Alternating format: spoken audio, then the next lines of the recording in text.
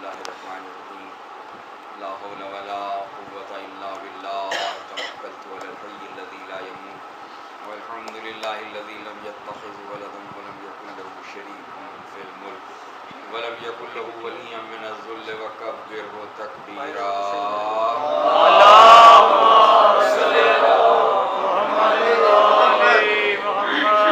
الصلاة والسلام على سيد الأنبياء والمرسلين الذي أرسله بالحق بشيرا ونذيرا داعيا إلى الله بإذنه وسراجا منيرا مولانا ومقتدانا سيدنا وهادينا أبو القاسم محمد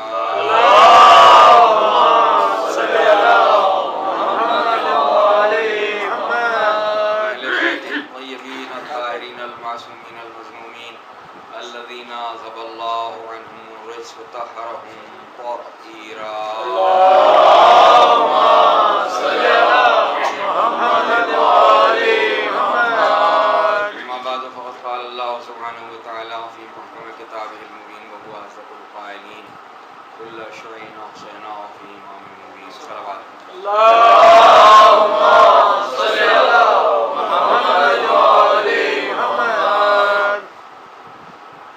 محترم تاخیر کافی ہو چکی ہے اور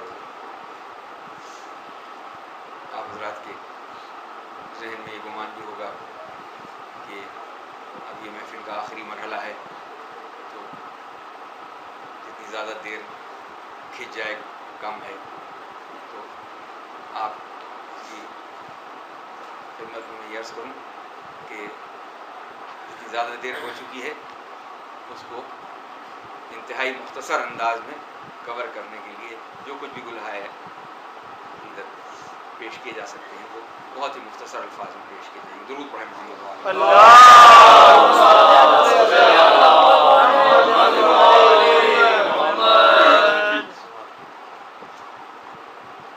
جناب سید الساجدین کی یوم ولادت تمام مومنین کو مبارک ہو. اللہم صلی علی محمد وآل محمد. ہم اپنی جانب سے اور صاحب خانہ کی جانب سے تمام مومنین جو حاضرین ہیں ان کی جانب سے اور جو کسی وجہ سے تشریف نہیں لا سکے ان کی جانب سے ہدیہ تہنیت و تبریک درود و سلام سرکار رسالت مآب صلی اللہ علیہ وسلم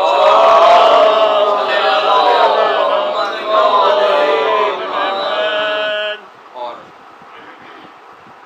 ہم سے نجبہ حضرت پاک علیہ السلام کی خدمت میں پیش کرتے ہیں اور اپنے امام زمانہ کی خدمت میں ہدیہ تبریک پیش کرتے ہیں. بلند صلوات اللہم صلی علی محمد وآل محمد. برادر محترم نے جیسا ارشاد فرمایا کہ آج مومنین کو یہ خوشی کا موقع حاصل ہوا ہے کہ وہ اپنے چوتھے امام کا یوم ولادت منائیں اور ظاہر ہے کہ اس موقع پر وہ پرمسرت لمحات جو اہل بیت اطہار کے گھرانے میں ہوئے ہوں گے اس کا اندازہ صرف اہل دل لگا سکتے ہیں. سن 38 ہجری ہے اور آج کی تاریخ علی کے گھر میں پوتا پیدا. پہلی مرتبہ آج علی کے گھر میں وہ بیٹا پیدا ہوا ہے کہ جس سے امامت آگے جانے والی نور امامت جلوگر ہے اور علی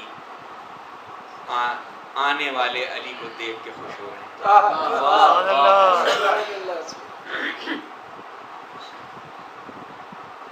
مولا علی کا نام بھی عبادت میں سر فہرست اور اس علی کا جہاں تذکرہ آتا ہے وہاں عبادت کی زینت انہیں سے قرار دیا جاتا ہے کیونکہ وہ خود اس بات کو قبول نہیں کرتے. جب سید سجاد کے سامنے لوگوں نے ان کے احباب اور صاحب نے یہ گزارش کی کہ مولا اپنی عبادتوں میں تھوڑی سی کمی کر دیجئے، پیروں پہ برم آ چکا ہے، آنکھیں سوج چکی ہیں، پیشانی اتنی زیادہ سجدوں سے متاثر ہوئی ہے کہ بار بار ان گٹھوں کو کاٹنا پڑتا ہے، کچھ عبادت میں کمی کر دیجئے۔ تو سر کو جھکایا، کسی کو آواز دی، ذرا میرے جد کی عبادت کی کتاب تو لانا۔ کوئی اندر سے ایک کتاب لایا، اسے دیر تک دیکھتے رہے اور دیکھ کے پھر اسے بند کر دیا کہ یہ عبادت کا حق میرے جد علی کو حاصل تھا، مجھے حاصل نہیں۔ درود پڑھیں محمد و آل محمد۔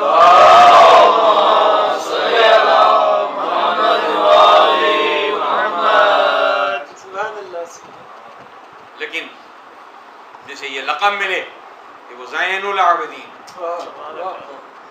جو عبادت کی زینت، جو سید الساجدین ہے، جو سجدہ کرنے والوں کا سردار ہے، کیا کہنے اس کی عبادت کے، کیا کہنے اس کے سجدوں کے، کہ جس پر عالم انسانیت کو ناز ہے۔ وہ کہ جس نے اپنی دعاؤں کے ذریعے سے دنیا کو عبادت کا سلیقہ سکھایا۔ ماشاءاللہ۔ وہ دور اتنا پرآشوب تھا کہ کسی طریقے سے تبلیغ ممکن نہیں تھی، لیکن شمع ہدایت کو روشن کرنے والے راہ ہدایت کو متعین کرنے کے لیے مختلف راستے تلاش کرتے ہیں۔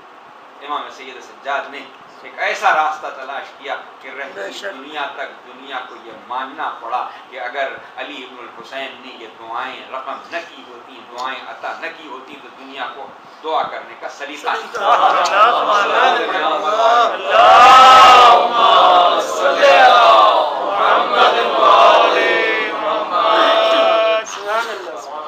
پورا صحیفہ کاملہ ایک ایسا باب ہے کہ جن دعاؤں کے ذریعے سے تمام رموز شریعت، تمام رموز اصلی سب عیاں ہو جاتے ہیں۔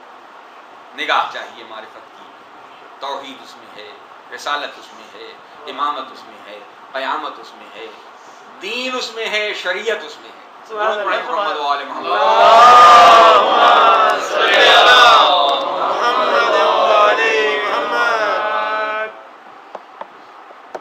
ہم تو اپنے اس امام کا تذکرہ ہمیشہ باب مصائب میں کرتے ہیں، لیکن آج کی تاریخ چونکہ مصائب یاد دلانے کی نہیں ہے، اس لیے کہ آج حسین کے گھر میں ان کا نور نظر پیدا اور تاریخ گواہ ہے کہ صرف 2 برس دادا کے زیر سایہ، سن 38 سے سن 40 تک اور سن 40 سے سن 50 تک امام حسن کے زیر سایہ، اور 61 ہجری تک اپنے بابا کے زیر سایہ پرورش پاتے رہے اور وہ رموز کسب کرتے رہے کہ جس سے دنیا بعد میں منور ہوتی رہے گی۔ امام سید سجاد نے اپنے عمل کے ذریعے سے دنیا کو بتایا، دیکھو مومن ایسا ہوتا ہے۔ اگر مومن کی شان دیکھنی ہے سید الساجدین کو دیکھو، ان کا صبر دیکھو، ان کا حلم دیکھو، ان کا زہد دیکھو، ان کا تقویٰ دیکھو، ان کی عبادت دیکھو۔ وہ کہ شجاعت دکھانے کا موقع نہیں ملا، لیکن اصل شجاعت تو صبر ہوتا ہے۔ اصل شجاعت تو صبر ہوتا ہے کہ قدرت رکھتا ہو اور پھر اس کا استعمال نہ کرے۔ اگر دشمن نے خوفزدہ کرنے کے لیے جملہ کہا کہ تمہیں معلوم ہے تم کو اس گفتگو کے بدلے میں قتل کیا جا سکتا ہے تو آنکھوں میں آنکھیں ڈال کے کہا قتل ہونا تو ہماری عادت ہے اور شہادت ہمارے لیے سعادت. پڑھیں محمد و آل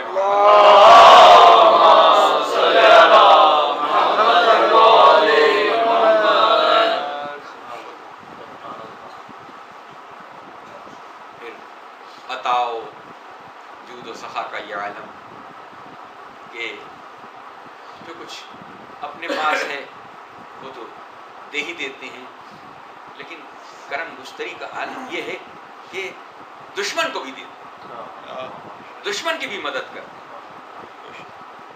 مروان جیسا دشمن کہ جس کی دشمنی تاریخ گواہ ہے کہ امام حسین کے مدینے سے روانگی کے وقت جو جملہ اس نے کہا تھا وہی اگر پیش نگاہ ہو، ہم جیسے اگر اپنے خاندان کے بارے میں کسی دشمن کے بارے میں جانتے ہوں تو ہماری نگاہیں ہمیشہ اس سے پھری ہوئی رہیں.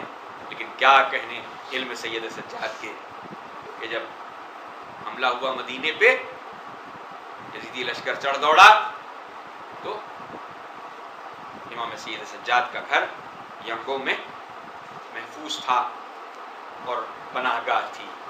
مروان ابن حکم جگہ جگہ تلاش کرتا پھرا کہ کہیں کوئی پناہ مل جائے. عبداللہ ابن عمر کے پاس گیا، وہاں پناہ نہیں ملی، اور کئی نام لکھے ہوئے ان کے پاس گیا، کہیں پناہ نہیں ملی. پھر اس نے سوچا کہ ہیں میں ہوں تو ان کا دشمن ضرور، لیکن ان کی کرم گستری سے آگاہ، اس لیے ان کے پاس آیا کہ جن کے کرم کی کوئی انتہا نہیں، اور آ کے عرض کیا مولا میرے گھر والے محفوظ نہیں ہیں، میں چاہتا ہوں کہ آپ کی پناہ میں آ جاؤں. امام نے ارشاد فرمایا ہاں میرے گھر کے دروازے کھلے ہیں، جہاں میرے اہل بیت رہیں گے وہاں تیرے اہل خانہ بھی رہ سکتے ہیں. درود پڑھیں محمد و آل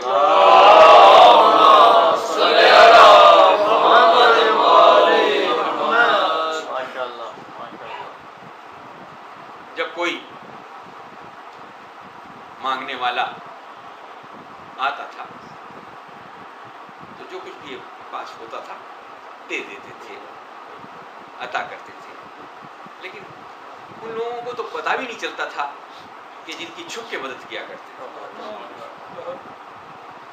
وہ تو غسل دیتے وقت امام باقر نے جب دوش پر گٹھا دیکھا تو یاد آیا کہ بابا یہ روٹیوں کا گٹھا رات کو اٹھا کے فقراء مدینہ میں اس طرح تقسیم کرتے تھے کہ شب کی تاریکی میں کسی کو پتہ نہ چلے کہ کون دے گیا.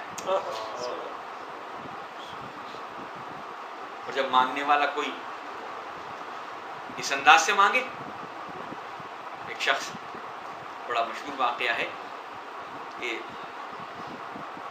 وہ ہر سال امام کی زیارت سے مشرف ہوتا تھا. ایک سال وہ جب روانہ ہونے لگا اس کی زوجہ نے کہا کہ تم ہر سال اپنے امام کے پاس جاتے ہو اور تحفے تحائف بھی لے کے جاتے ہو، کبھی انہوں نے تم کو کچھ نہیں دیا؟ وہ مومن خالص تھا، اس نے کہا خاموش ہو جا، میرا امام وہ ہے کہ تیری آواز کو بھی سن سکتا ہے، تو گستاخی کر رہی ہے، خاموش ہو جا. وہ گیا امام کی خدمت میں، امام سے قدم بوس ہوا.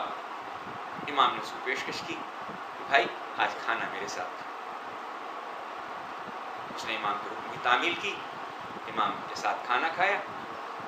لیکن جب ہاتھ دھلانے کی باری آئی تو امام نے اس سے کہا کہ میں تیرے ہاتھ دھلا دوں.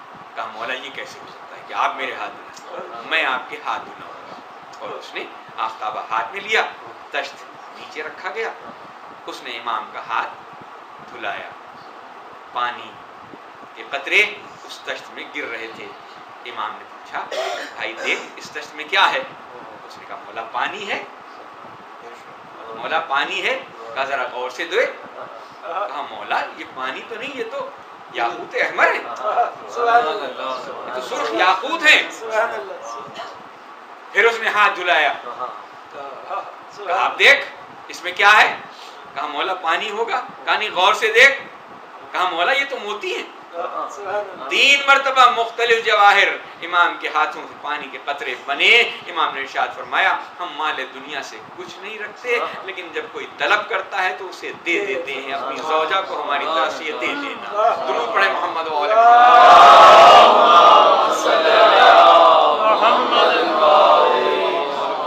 سبحان اللہ. روب و دبدبے کا عالم یہ ہے کہ ہشام ابن عبد الملک کعبے میں طواف کی کوشش کر رہا ہے. ہجوم اتنا ہے کہ طواف بھی مکمل نہیں کر پا رہا اور حجر اسود کا بوسہ بھی نہیں دے پا رہا. جو اس کے ساتھ حواری تھے انہوں نے کہا کہ امیر تھوڑی دیر توقف کر لے, ہو سکتا ہے کہ مجمع چھٹ جائے تو اس کے بعد حجر اسود کو بوسہ دے لینا. دور جا کے کھڑا ہو گیا, لیکن اچانک اس کی نگاہ پڑی کہ باب السلام سے ایک نحیف الاغر شخصیت داخل ہوئی اور خرامہ خرامہ کعبے کی طرف چلی. اور جیسے ہی وہ داخل ہوئی, اس کی حیرت کی انتہا نہیں جب اس نے دیکھا کہ مجمع کائی کی طرح سے پھٹ رہا. مجمع کائی کی طرح سے پھٹتا چلا جا رہا ہے اور وہ ہستی آہستہ آہستہ چلتی ہوئی حجر اسود تک پہنچی اور سارا مجمع جو حجر اسود سے لپٹا ہوا تھا وہ الگ ہٹ گیا اور آپ نے بوسہ لیا. ہشام بن عبد الملک کا کلیجہ کباب ہو گیا. قریب کھڑے ہوئے کسی شخص نے پوچھا یہ کون ہے کہ جس کا لوگ اتنا احترام کرتے ہیں؟ اس کے دل میں تو یہ خیال تھا کہ میرا احترام ہونا چاہیے, میں بادشاہ وقت ہوں, میرا احترام ہونا چاہیے. لیکن نہیں, اس نے دیکھا کہ لوگوں پر حکومت کرنا اور ہے اور قلوب پر حکومت کرنا. سبحان اللہ. پوچھا یہ کون ہے کہ جس کا اتنا احترام کرتے ہیں لوگ؟ اس نے کہا میں نہیں جانتا کہ یہ کون. حالانکہ جانتا تھا, پہچانتا تھا. اس نے کہا میں نہیں جانتا کہ کون. برزدق قریب کھڑے ہوئے تھے. فی البدی ایک طویل قصیدہ نظم کر کے کہا کہ اگر تو نہیں جانتا تو نہ جان, یہ تو وہ ہے کہ جس کے قدموں کی چاپ کعبہ جانتا. اس کو حل و حرم پہچانتے ہیں. یہ وہ ہے کہ جس کی شان دو عالم میں دو بالا ہے. پورا ایک قصیدہ طویل نظم کیا. فرزدق کو اس کے بدلے میں قید ہوئی, لیکن فرزدق کو یہ بات قبول تھی کہ ہاں اہل بیت کی محبت میں اگر ہمیں قید کر دیا جائے تو ہمیں گوارا ہے, لیکن ان کی مدح سے ہم منہ نہیں موڑیں گے. درود پڑھیں محمد.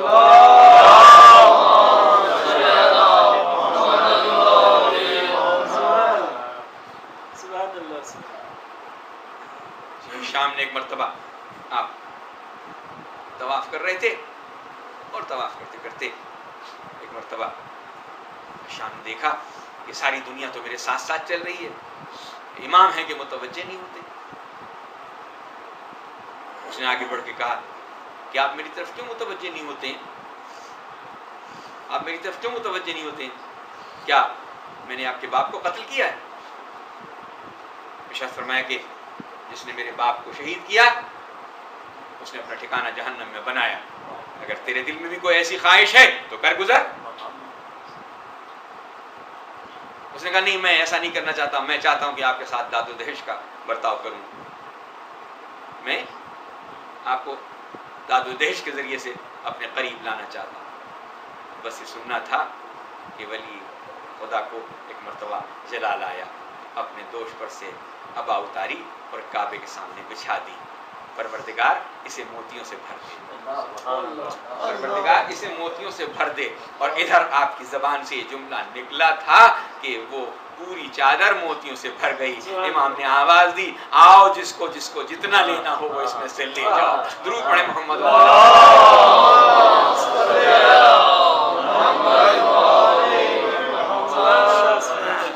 نعرہ تکبیر, اللہ اکبر, نعرہ رسالت, یا رسول اللہ, نعرہ حیدری, یا حیدری, حیہ صلوات, اللہم صلی علی محمد و آل محمد. سبحان اللہ.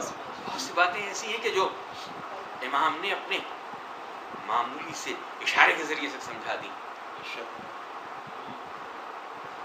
طواف میں مشغول ہیں، ایک شخص کو دیکھا کہ وہ حیران و پریشان مضطرب کا بیت اللہ کے صحن میں داخل ہوا اور چاروں طرف دیکھ رہا ہے. اچانک اس کی نگاہ پڑی کہ امام موجود ہیں. قریب آیا، آ کے سلام کیا. امام نے جواب سلام دیا. پوچھا بھائی کچھ پریشان نظر آتے ہو، کچھ مضطرب نظر آتے ہو؟ کہا ہاں مولا، ایک مومن کی حاجت روائی کے لیے کسی مومن کی تلاش میں ہوں. ایک مومن کی کوئی حاجت ہے، اسے پوری کرنے کے لیے کسی مومن کی تلاش میں ہوں. میں چاہتا ہوں کہ کوئی مومن ہو چلے اس کی حاجت روائی کرے. ارشاد فرمایا میں حاضر ہوں، میں چلتا ہوں، میں چلتا ہوں. اس نے کہا مولا آپ تو طواف میں مشغول ہیں، آپ تو طواف میں مشغول ہیں. ارشاد فرمایا سنو، کسی برادر مومن کے کام آ جانا 70 مقبول طوافوں سے افضل ہے. درود پڑھیں محمد و آل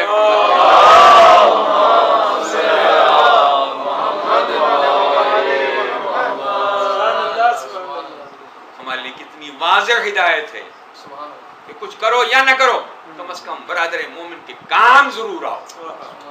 جو بھی تمہارے قبضہ قدرت میں ہو برادر مومن کے کام آؤ، اس لیے کہ تمہارا مولا کہہ رہا ہے کہ یہ کام 70 مقبول طوافوں سے افضل ہے. ارباب نظر امام سید سجاد کی پوری زندگی اس عالم میں گزری ہے کہ انہوں نے باب ہدایت کو وا رکھا ہے اور اپنے ہر عمل کے ذریعے سے دنیا کو ایک درس دیتے رہے. اور پوری وہ حیات کہ جو باتیں شہادت امام حسین آپ نے گزاری ہے، اس میں دو ہی کام تھے، یا مسائل کو بیان کرنا اور لوگوں کو آگاہ کرنا اور دنیا کو دین کی طرف مائل کرنا. مدینے کا قیام اور اس عالم میں کہ لوگوں کو آپ کے قریب نہیں آنے دیا جاتا، لیکن آپ ہیں کہ اپنی دعاؤں کے ذریعے سے لوگوں کو تعلیم دے رہے ہیں. اور وہ مدرسہ کہ جسے بعد میں مسمار کر دیا گیا، آپ کا قائم کردہ مدینے میں موجود تھا. لیکن جب دور گزرے اور امام جعفر صادق علیہ السلام کا زمانہ آیا،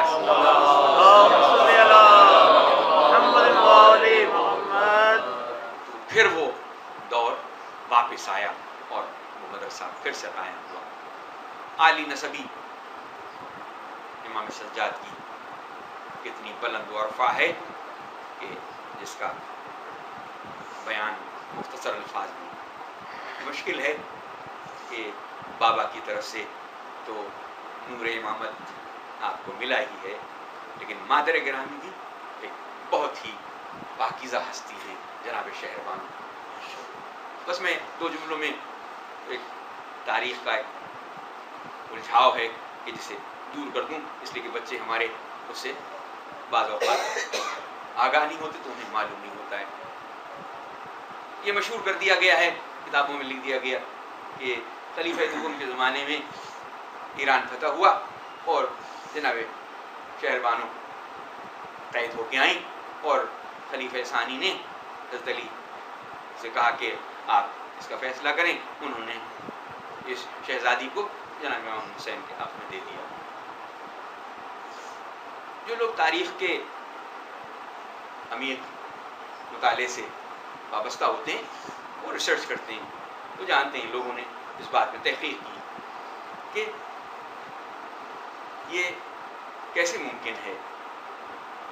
اس لیے کہ جناب شہربانو کے والد بزرگوار یزجرد، وہ جس عمر میں تخت حکومت پر بیٹھے وہ 20 یا 21 برس کی عمر تھی ان کی. اور خلیفہ دوم کے زمانے میں ایران کے اوپر جو حملہ ہوا وہ سن 17 ہجری کا واقعہ ہے. اور 17 ہجری میں جناب امام حسین کی جو عمر ہے سن شریف ہے وہ مشکل سے 16 یا 17 ہجری میں وہ 13 یا 14 سال کا سن بنتا ہے. تو 13 یا 14 سال کی عمر کے بیٹے کو جبکہ امام حسن کی عقد کی کوئی اس میں روایت نہیں ملتی کہ امام حسن کا عقد ہو چکا تھا. امام حسین کی عقد کی روایت یہ گڑھ لی گئی اور جناب شہر بانوں کی عمر جب اس لحاظ سے نکالی جاتی ہے تو 5 یا 6 برس بنتی ہے.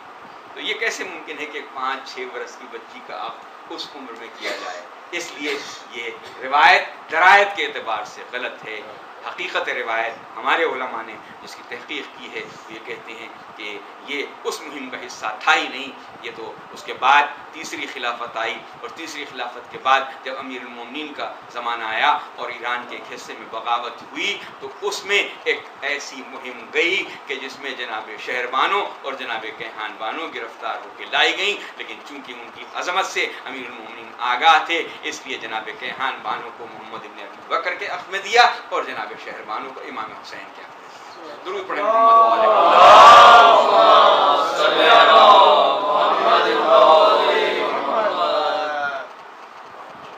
اور یہ نسل مطہر ایسی ہے کہ جس کے ذریعے سے پوری ایک سادات کی نسل چلی. جناب زید شہید امام سجاد کے فرزند کہ جن کی قوت برداشت مصائب جھیلتے جھیلتے جواب دے گئی اور انہوں نے حکومت کے خلاف علم بلند کر دیا اور مہم شروع کی اس بات کو پیش نگاہ رکھتے ہوئے کہ چاہے کچھ ہو جائے میں اپنی جان قربان کر دوں گا. اب مجھ سے صبر نہیں ہوتا. امام موجود ہیں اور امام محمد باقر موجود ہیں لیکن جناب زید شہید نے قیام کیا. کوفے کے لوگ ساتھ نکلے لیکن عین وقت کے اوپر کوفے کے لوگوں نے ساتھ چھوڑ دیا اور جس کی وجہ بھی کتابوں میں لکھی ہے کہ امام ابو حنیفہ پہلے انہوں نے بیعت کی تھی لیکن اس کے بعد انہوں نے اپنی بیعت کا نقض کیا اور امام جناب زید کا ساتھ چھوڑ دیا. اور جناب زید کا ساتھ چھوڑ کے وہ لوگ چلے گئے. جو لوگ چھوڑ کے چلے گئے تھے ان کو اس زمانے میں روافظ کہتے تھے اور وہ لفظ آج تک ہمارے اوپر چسپاں کیا جاتا ہے کہ جس نے اپنے امام کا ساتھ چھوڑا. ہم نے تو کبھی اپنے امام کا ساتھ نہیں چھوڑا. جنہوں نے اپنے امام کا ساتھ چھوڑا ہے ہم ان پر ہمیشہ لعنت کیا کرتے ہیں. درود پڑھیں محمد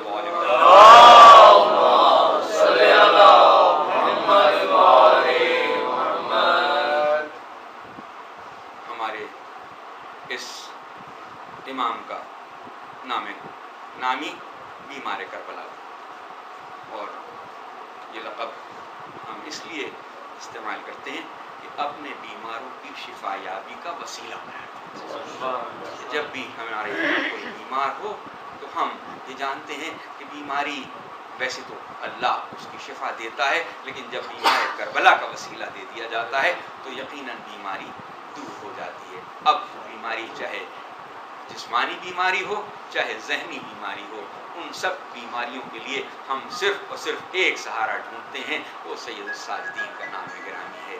آج ان کا یوم ولادت ہے. ہم اپنا دامن مراد پھیلائیں اور اپنے بیماروں کے لیے شفا یابی کی دعا مانگیں. پروردگار بیمار کربلا کا صدقہ ہمارے تمام بیماروں کو شفائے کاملہ ہمارے خاندان میں بچہ بیمار ہے پروردگار اس کو شفائے کاملہ محمد وآل محمد اور شاہد زیدی صاحب بیمار ہیں ان کو بیمار کربلا کے صدقے میں شفا یابی محمد وآل محمد ہماری اس محفل کو قبول فرما لے. جناب رضا زیدی صاحب کو وہ خوشیاں نصیب ہوں کہ جن کی منت اتارنے کے لیے انہوں نے آج یہ محفل کا انعقاد کیا ہے. پروردگار کی خوشیوں میں اضافہ فرما, برکت رزق صحت و عافیت عطا فرما, کے گھر پہ حصول نعمت عطا ہو بحق محمد وآل محمد. کوئی غم نہ ہو سوائے اہل بیت کے. آزائی جتنے یہاں آئے ہیں ان سب کی صحیح کو مشکور فرما, ان کے دل مقاصد پورے فرما دے. محمد وآل محمد نے کوئی غم نہ دے سوائے غم اہل بیت کے. پروردگار گلگت کے مومنین کی مدد فرما. ان کے مظاہرے کے لیے جو لوگ اس وقت دھرنے میں پارلیمنٹ ہاؤس کے پاس موجود ہیں پروردگار ان کی حفاظت فرما. محمد وآل محمد ہمارا خاتمہ ایمان پہ فرما, ہمارے امام زمانے کے تعریف فرما. ربنا تقبل منا انک انت السمیع العلیم اللهم صل